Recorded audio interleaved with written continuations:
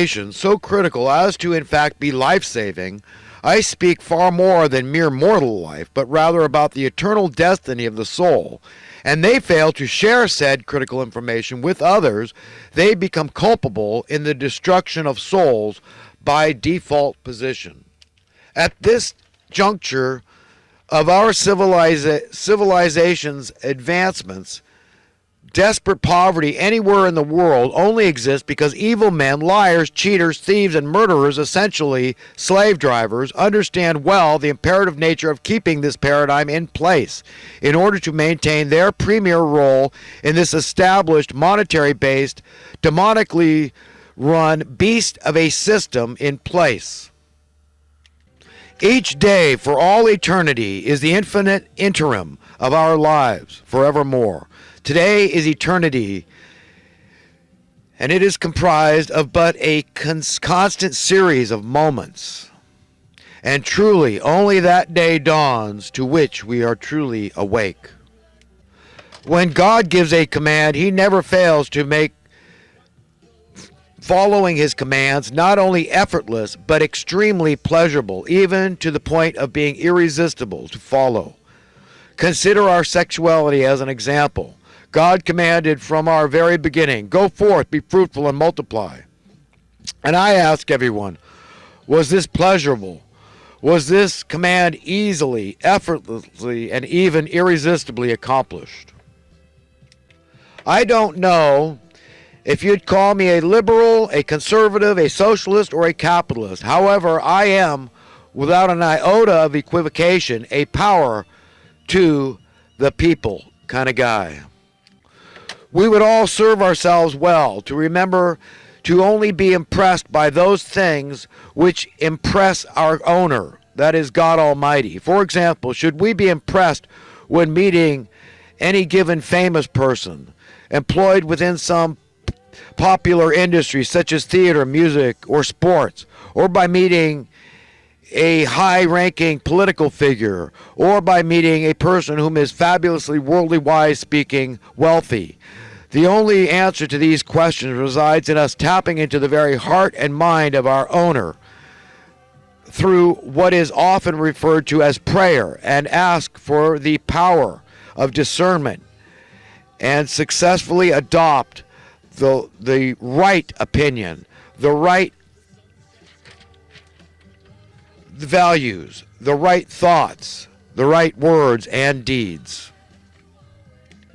Whether those involved in the mass media industry, including, of course, the mainstream media, understand it or not, they have a very serious role in society as cutting-edge educators. They are utterly remiss. So utterly and obviously remiss. It's an inarguable fact that they are deliberately remiss at understanding the importance of not being at all remiss. Why aren't these people educating the public properly about very serious issues we all care about? Because then we would all know the truth, that all societal ills that are unnecessary are kept in place for one reason: to steal from the, quote, lesser men, in their sordid estimation, that is. Since knowledge is power, the evil men cannot have that paradigm for the masses, because the masses would rule the planet and not them. These types own and control much of our mainstream media. They are trying desperately to keep the general public dumbed down, discombobulated, ignorant, stupid, and by extension disempowered to effect any relative, substantive, positive change for the masses. The single most imperative aspect of control the evil men of this current world establishment must keep intact is financial fear and financial desperation. Their power will gradually vanish when God finally forces his hand in this matter. Then evil men will not rule over us. Rather, they will be rendered impotent and irrelevant. Their worst nightmare will soon come true. In life, it is imperative that we be exactly who we want to be, not superficially, as with the shallow, vain, egoistic nature which so commonly befalls men, but rather we must be all that we want to be, deep down in the bottom of our hearts and minds, in the very marrow of our souls. our being, our essence. When we know exactly why this is so important. I prayed, I wondered, I pondered, what will it take for me to be completely happy? And it came to me that among the sundry things needed for me to be completely happy is to be completely free. And that in order for me to be completely free, I needed every single person on earth to be completely free. A truly profound conundrum. Axiomatically speaking, some men require little money to be content, while others require more. Then there are those men whose lust for money is insatiable and knows no bounds. These men will never be content. They are the most pitiable of all. All right, I'm getting to the end of this tape and this long-winded series today. I wanted just to let people understand, listen, I'm a champion for the downtrodden, and that's the way it has to be for me. I cannot be okay. I will never be content while not fighting the good fight. And to me, that's what it's all about, being a champion for the downtrodden. And to me, they represent Christ himself and me. So at the end of the day, I'm a selfish man that's really just seeking happiness by trying to convince you of the same things. My values are right. I'm not a radical guy.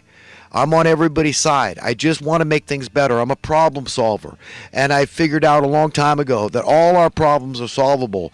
But there's a whole gaggle of freaks out there that don't want the problem solved.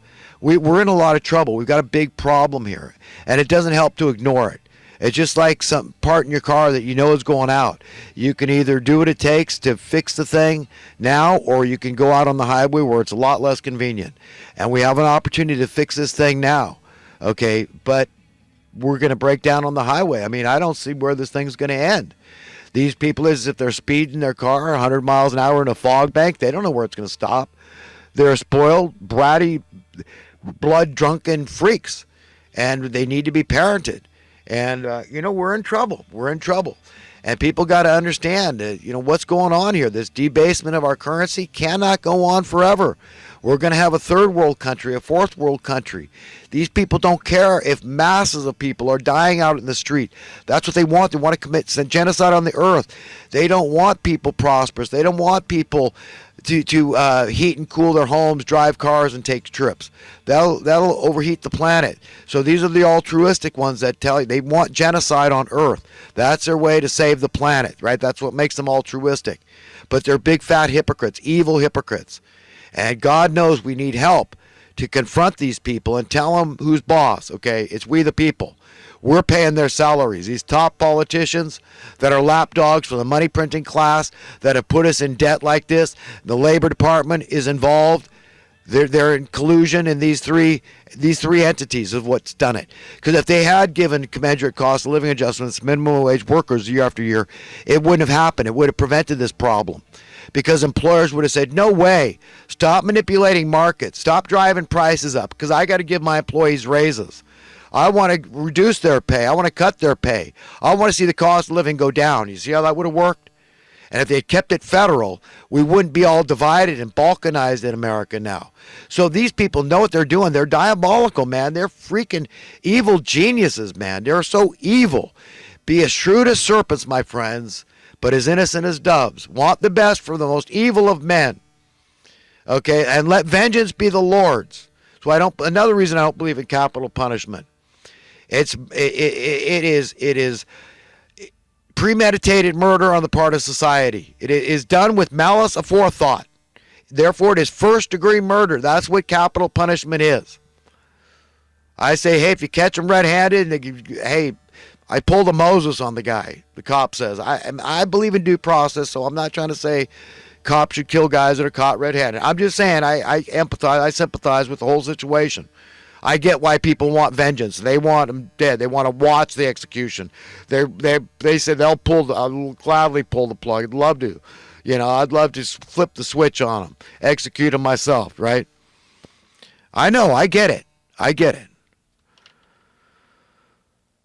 So, but, these homeless people, a lot of them can turn into animals. We treat them as worthy, less than animals, bring your pets in, bring your animals in. Otherwise, you're cruelty to animals. But yet, it's okay for the humans to stay outside. Imagine that's you. Imagine that's your child. For God's sake, my friends, listen. Let us start giving a damn about it. There's all these fixes. Okay, funding isn't it. I did my own research back. It's about 2006. I did my own research, going 14 years now. You could house every homeless man, woman, and child in America and still have 90% of the vacant available housing left over, not even including hotels and motels. Today, that figure is much more acute. So there's all this extra housing because people are buying many houses and sitting on them. I want a house here, I want it there, I want it vacant. All this housing. So there's extra vacant housing now. It doesn't matter if we tripled the amount of vacant housing. You could see homelessness still go up. How could that work?